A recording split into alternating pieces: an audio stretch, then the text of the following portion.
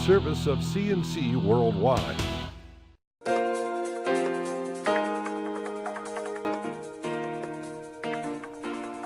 The Daily is a service of CNC Worldwide, and Jib Jab greetings. I'm Bud Lowell, and your full AccuWeather forecast right up on the top of this CNC news page. Political dirty tricks going on in the 55th State Senate District? Democrat Ted O'Brien says so. He says parties claiming to represent his campaign have been bombarding some Monroe County residents with fake political phone calls, sometimes every hour for hours on end. Both Monroe County's Democratic and Republican parties say they're trying to find out who is behind this. Ted O'Brien is running against Republican Sean Hanna for the New York State Senate seat, being left vacant by the retirement of Jim Alisi. The campaign has already seen an outside group running attack ads against O'Brien, which Democrats say are inaccurate. Now, O'Brien and Monroe County Democratic Committee Chairman Joe Morelli say these annoyance calls are a smear tactic. O'Brien posted on Facebook to clarify, no one volunteering for, paid by, or otherwise associated with our campaign is responsible for these calls. We want them to stop as much as everyone else, and in no way are they helpful to us.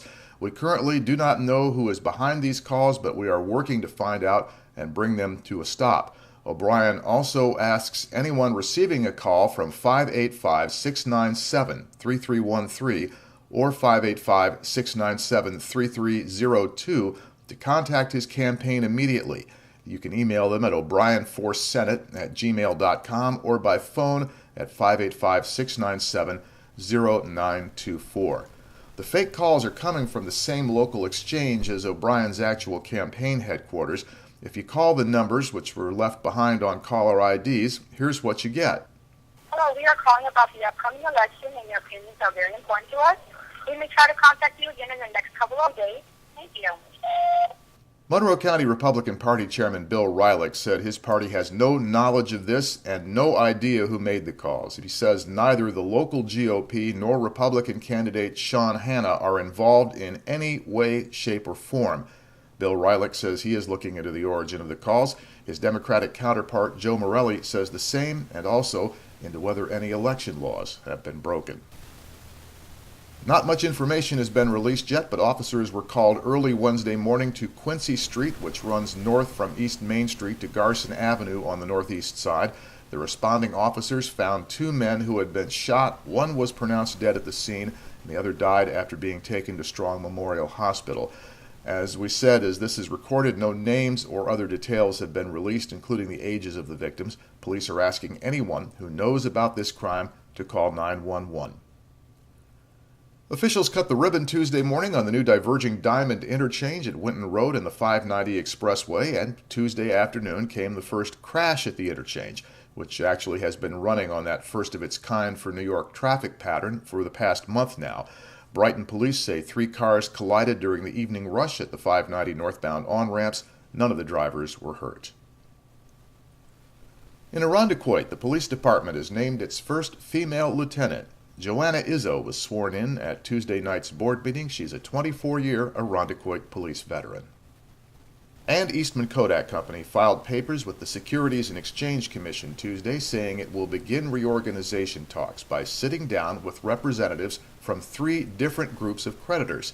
At the same time, Kodak filed amended cash flow reports for July and August. The company reports losing $72 million, counting losses on operations and the costs of its bankruptcy and downsizing in July, so $72 million in July, and a whopping $92 million in August.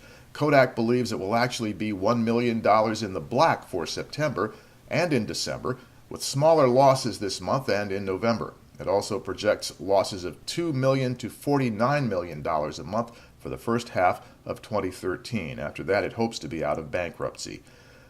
The groups Kodak wants to meet with are holders of the company's second lien debt, a committee representing unsecured creditors and representatives of Kodak's pension fund in the United Kingdom. Over the next 30 days, Kodak wants to talk with them about several key issues that have to be settled.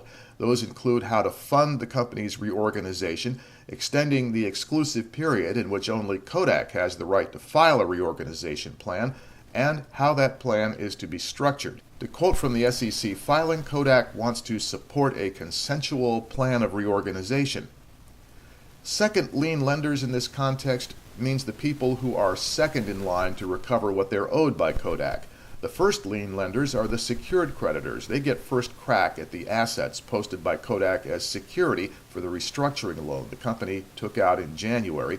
Anything left over after the first lien lenders are taken care of then goes to the second lien lenders. Second lien lenders are much the same as unsecured creditors, with one key difference. They have been given a pledge of specific assets from the borrower, which could be buildings, land, equipment, the Kodak patents we're always talking about, or other intellectual property, receivables, or other financial assets. To the left of this player window are links to these and other stories. At the bottom of the page, links for you to use, and you can directly post us news items, things you want us to know about or check out. We're also a community news resource, so we want to see wedding announcements, birth announcements, business openings, all that sort of thing, or shout-outs to people you think deserve a salute.